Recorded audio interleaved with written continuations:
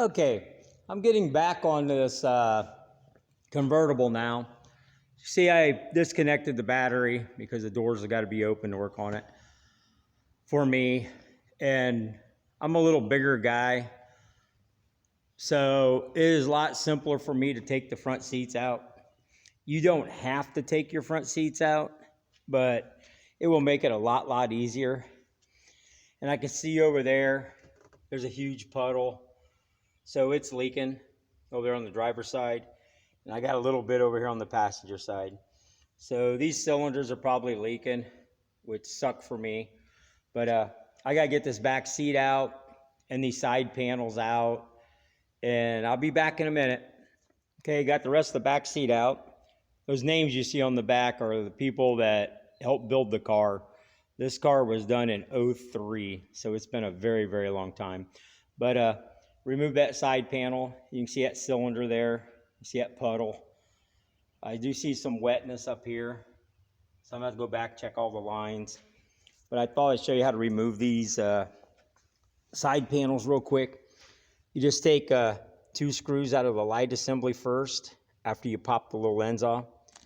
You just pull these out, and this light will pop off here. Can't do it with one hand. But yeah, it pops off like that. You'll remove this screw, these 2 screws. There's supposed to be one up there in the top. It's missing. And then this will just slide right out. And that's pretty simple, isn't it? Like I say, you just got to remove the screws.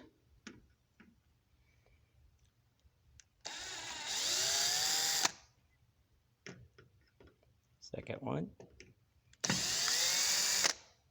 Get those out of the way here. Remove these 2.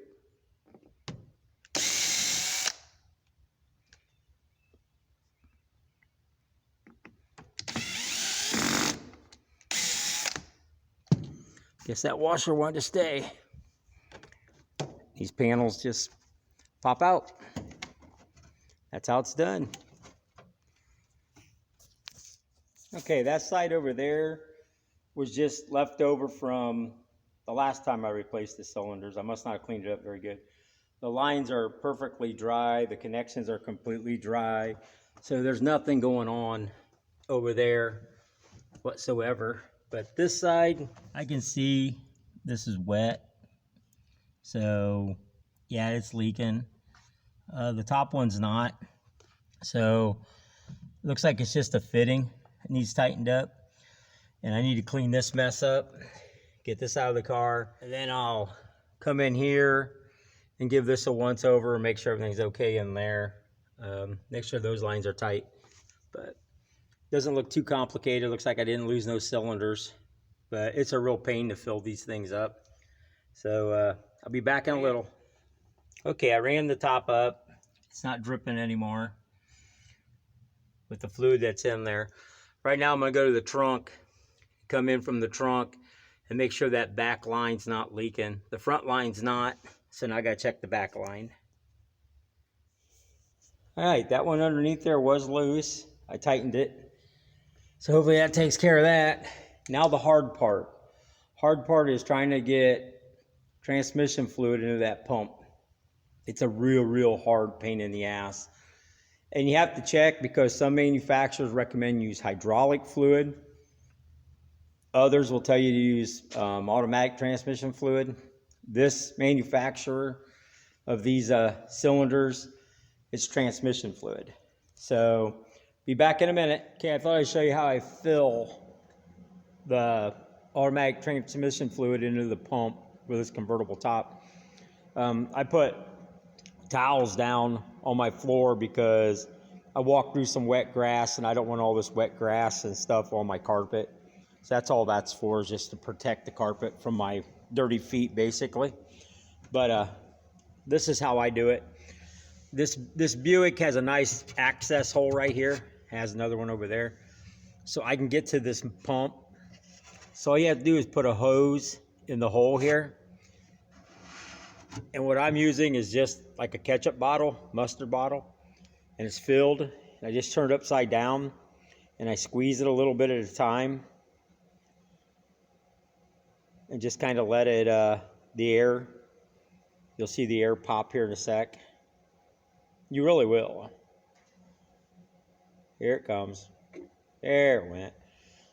And you just keep doing that until it comes out a little bit at the bottom of this hole here. Then you stop and you run your pump a couple times.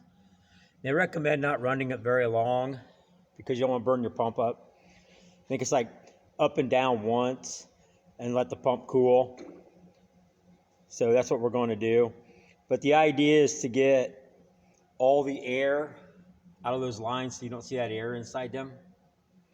You can see this hose has absolutely no fluid in it yet. So that's what we're going to do. We're just going to go up and down, refill, up and down, refill, until we get it taken care of. And that's how I fill it up. It's a nice little vacuum hose hooked to a ketchup bottle running in there. A lot easier to fill it than trying to go in through the trunk or something like that. All right, looks like they're all filled. No air in the lines. All I gotta do now is put the plug back into the pump right there. I checked for leaks. Nothing's leaking. Everything looks like it's ready to go again. So all I gotta do is put the plug back in and put the interior back in it. I didn't show you guys the plug. The plug's kind of a pain in the ass to get out, and it's hard to put back in. This is what the plug looks like. It's like a little bullet. But it's really hard to get in there and get that thing pushed back into that hole. It's a real pain in the butt to get it out of that hole. But I use pliers at a 90-degree bend, and I'm able to reach in there, grab that plug, and pull it out of there. So, like I say, I'm all done here. So now I'm gonna do is get the interior back in it and okay, putting it back together. Got the side panels back in, the seats back in, the back. All went together really simple. Should, since I've taken it out before and I'd replace the cylinders. But yeah, now I gotta do is get the bucket seats back in it, and I'll be back in a few with that. And there we are. Interior back in the car. Top's working great. Got that taken care of. Things are looking up for this car.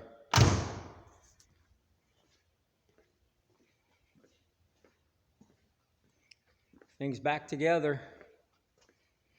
She's ready to cruise. It took, a good, I've been working on it off and on for a few days. Got to hurt my back earlier. But I'd say 2 hours. You know, like I say, you don't have to pull your seats. But for me, it's 4 nuts for each seat, or 4 bolts in your case maybe.